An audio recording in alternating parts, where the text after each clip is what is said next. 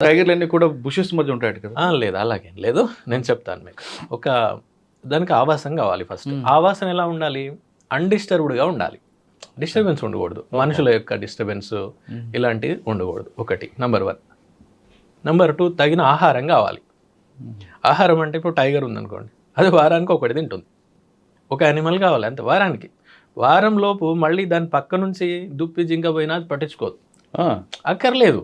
దాని కడుపు నిండితే పట్టించుకోదు, మనుషుల్లా కాదనమాట. పట్టించుకోవు, అవి అవసరం లేదు, మళ్ళీ నెక్స్ట్ వీకే తింటుంది. సరే వారం రోజులు అంతే సార్, కొంచెం కొంచెం తింటుంటుందా? లేదు, ఒక్కసారి లేక 2 సార్లు తినేస్తుంది. తిన్నప్పుడల్లా ఒక 10 kgs 20 kgs తినేస్తుంది.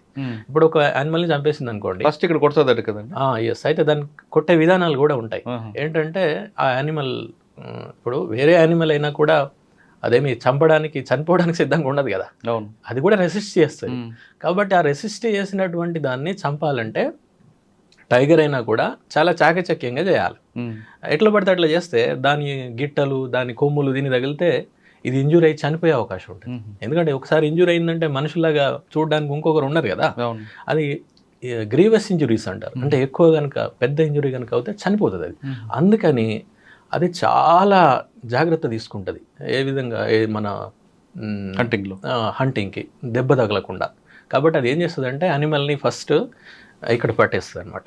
ఇక్కడ ముఖ్యంగా ఇది పట్టేస్తుంది. ఇది పట్టేయడం వల్ల ఏమవుతుంది, యానిమల్ హెల్ప్లెస్ అయిపోతుంది, ఈ శ్వాస ఆగిపోతుంది, కట్ అయిపోతుంది. కాబట్టి చనిపోయే అవకాశం ఉంటుంది. అంటే ఇమ్మీడియట్ డెత్ అనమాట. చిన్నగా చనిపోవడం కాదు. చిన్నగా చనిపోవాలంటే టైం ఎక్కువ తీసుకుంది అనుకోండి, అది రెసిస్ట్ చేయడం వల్ల దాని కొమ్ములో గీటలో ఏదైనా తగులుతాయి, దీనికి తగిలిందంటే ఇది ఇంజూర్ అవుతుంది. లేకపోతే వెనక ఈ భాగం, ఎందుకంటే ఇక్కడ చాలా ప్రధానమైనటువంటి నరాలు ఉంటాయి కదా, అంటే దమనులు, సిరలు, వాటిని కొరికేస్తుంది అది. అట్లా వీటిని కొరికేయడం ద్వారా దాన్ని ఇమ్మీడియట్ డెత్కి కారణమవుతుంది అది. అప్పుడు దాన్ని పక్కకు జరిపేసి కొంచెం బుష్ల కన్నా ఏదైనా పక్కకు తీసుకెళ్ళి, అంటే కొంచెం ప్రధానంగా దారి మీదనో ఎక్కడం జరిగింది అనుకోండి, కొంచెం పక్కకు తీసుకెళ్ళి తినేస్తుంది. తినడం సార్ ఇప్పుడు ఇక్కడ ఫస్ట్ ఎక్కడి నుంచో తింటుందా? లేదు, అది ఓపెన్ చేయడం వెనక నుంచి ఓపెన్ చేసి తింటుంది. వెనక భాగం, ఇక్కడ థైస్ భాగం ఉంది కదా, బ్యాక్, ఆ బ్యాక్ దగ్గర ఓపెన్ చేస్తుంది. అంటే టైగర్ యొక్క ప్రధాన లక్షణం అన్నట్టు అది. అలా తిన్నది అని అంటే అది టైగర్. ఎందుకంటే అక్కడే ఆ పార్ట్ నుంచి అంటే అదేంటంటే మోస్ట్లీ ఇప్పుడు మాంసం తింటదండి అంతే. అక్కడ నుంచి స్టార్ట్ చేస్తుంది, మాంసం తింటది, ఇక్కడ ఓపెన్ చేస్తుంది అన్నట్టు అది. ఇప్పుడు పొట్ట ఇదంతా మాంసం ఉండదు కదా, అవన్నీ ఏంటి పొట్ట, పేగులు, అవన్నీ అవి తినదు అది. అదే లెపర్డ్ లాంటివి అంటే ఎట్లా పడితే అట్లనే తింటాయి అవి, వాటి ఆహారపు అలవాట్లు వేరే రకంగా ఉంటాయి. కానీ టైగర్ విషయంలో అట్లా కాదు, మాంసమే తింటది అది. ఈ ఇంటెస్టైన్స్ వీటిని తినదు, వదిలేస్తుంది కూడా, వదిలేస్తుంది, తినదు అవి. ఇది మీరు అన్నారు కదా, నేను కరెక్ట్ చెప్తాను. ఎలా అంటే ఇప్పుడు ఒక టైగర్ దాన్ని తినేసింది అనుకోండి, తినేస్తే ఏం తింటుంది అది? జస్ట్ మాంసం వరకు తినేస్తుంది, మాంసమే అంతే, మిగిలినవి ఏవి తినదు. తినేస్తుంది, వెళ్ళిపోతుంది. ఆ ఒక రోజు, ఈ రోజు తిన్నది, ఫర్ ఎగ్జాంపుల్ ఒక క్యాటిల్ను, లేకపోతే ఒక పెద్ద నీలుగాయ అనుకోండి, మనుబోతు అంటే దాదాపు అది 100-150 kg వరకు ఈజీగా ఉంటుంది, చాలా పెద్దగా ఉంటుంది. అందులో ఒక 20 kgs వరకు తినేస్తుంది అది ఒకే రోజు, ఒకసారి ఎట్ ఏ టైం తినేస్తుంది, కూర్చుంటే తినేస్తుంది. తెల్లారి మళ్ళీ వస్తుంది second time or third time, then it will come and it will eat the remaining meat పార్టే క్లియర్గా అంటున్నా నేను. తినేస్తుంది, వెళ్ళిపోతుంది. మొత్తం అయిపోదు కదా, ఇంకా ఎముకలు ఉంటాయి, ఇంకా కొంచెం అక్కడక్కడ మిగిలిన మాంసం ఉంటుంది, ఇంటెస్టైన్స్ ఉంటాయి, అన్నీ ఉంటాయి. నెక్స్ట్ చిన్న కార్నివోర్స్ ఉంటాయి కదా, కుక్కలు, అడవి కుక్కలు, లేకపోతే తోడేలు, లేకపోతే పెద్ద నక్క, ఇలాంటివన్నీ వచ్చేసి మిగిలిన పార్ట్ తినేస్తాయి. అంతకంటే ముందు లేపాడు ఉందనుకోండి ఆ ప్రాంతంలో, లేపాడు వచ్చేసి ఆ ఇంటెస్టైన్స్ అట్లాంటివి తినేస్తాయి. లేపాడు అంటే చిరుతపులి, చీతా వేరు, చిరుతపులి వేరు. చీతా ఇప్పుడు ఈ మధ్యలో రీఇంట్రొడ్యూస్ చేశారు, అది కాదు, చిరుతపులి, చిరుతగండు అంటారు మామూలుగా, అది తినేస్తుంది. అంటే అది కూడా హంట్ చేసి తింటుంది. నెక్స్ట్ ఇంకా మిగిలిపోయినాయి ఎముకలు ఉంటాయి, ఎముకల్ని తినడానికి కూడా ఇంకో యానిమల్ ఉంటుంది. ఓకే, హైనా అంటాం మనం, హైనా అనే పేరు మీరు ఏగోలం అంటారు దాన్ని, ఏగోలం ఇక రకరకాల పేరు, కోండ్రీస్ అని కూడా అంటారు. ఓకే, ఇప్పుడు మీరు లయన్ కింగ్ అనే సినిమాలో అందులో విలన్స్గా ఉంటాయి అవి, హాలీవుడ్ సినిమా ఉంది, చాలా ఉంటాయి. అది ఎముకల్ని తింటుంది, దాని యొక్క డైటే ఎముకలు. అందుకనే దాని యొక్క జాస్ చాలా గట్టిగా, చాలా వెరీ స్ట్రాంగ్గా, పెద్దగా ఉంటాయి. ఎందుకంటే ఎముకల్ని నమలడానికి. అంటే చూడండి, ఇకోసిస్టంలో, ఆవరణ వ్యవస్థలో ఒక్క యానిమల్ని చంపితే టైగర్ నుంచి హైనా వరకు ఇన్ని తింటాయి అనమాట. సార్ హైనాతో ఆగకుండా రాబందులు కూడా తింటాయట కదా. మీరు బాగా అడిగారు. అసలు నేను మొదలు పెట్టాల్సింది దాంతోటే. ఎందుకంటే రాబందుల మీద పనిచేశాను నేను. 4 నుంచి 5 ఏళ్ల పాటు రాబందుల మీద పనిచేశాను. రాబందుల యొక్క సంరక్షణ చర్యలు అనమాట.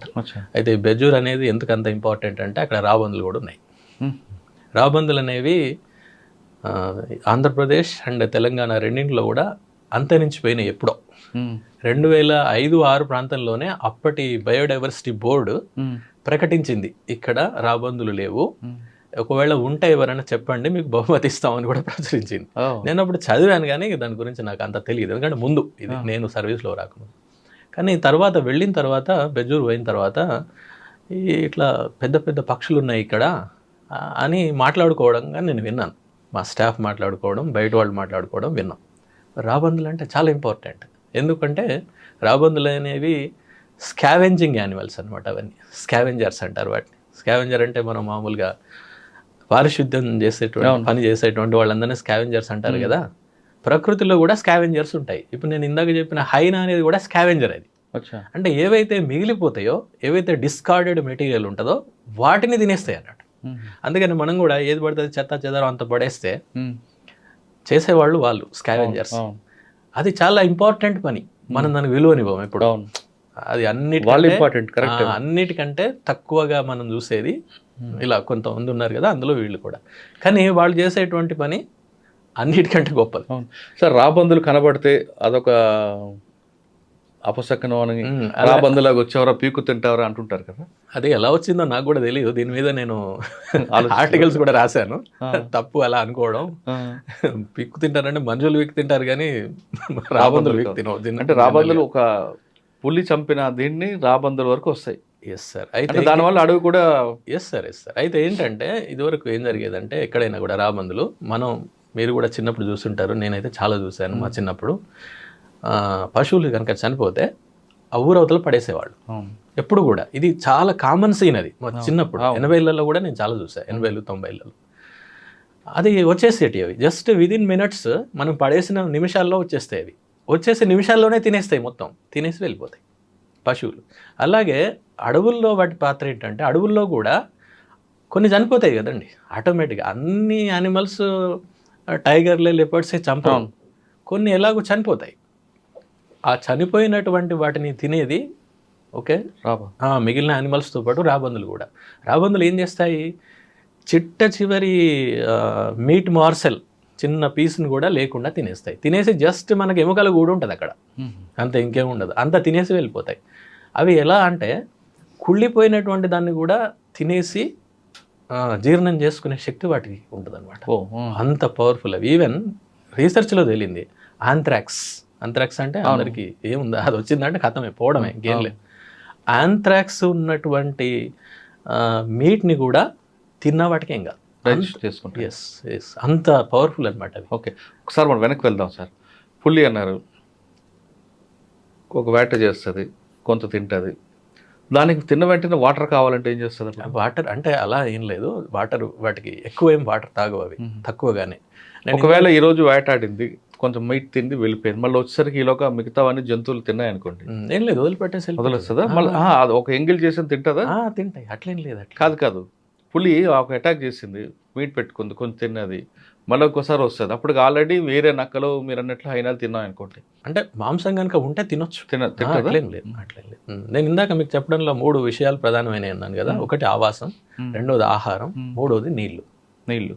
ఈ 3 ఉంటే సరిపోతుంది అంతే, వాటికి ఇంకేం అవసరం లేదు.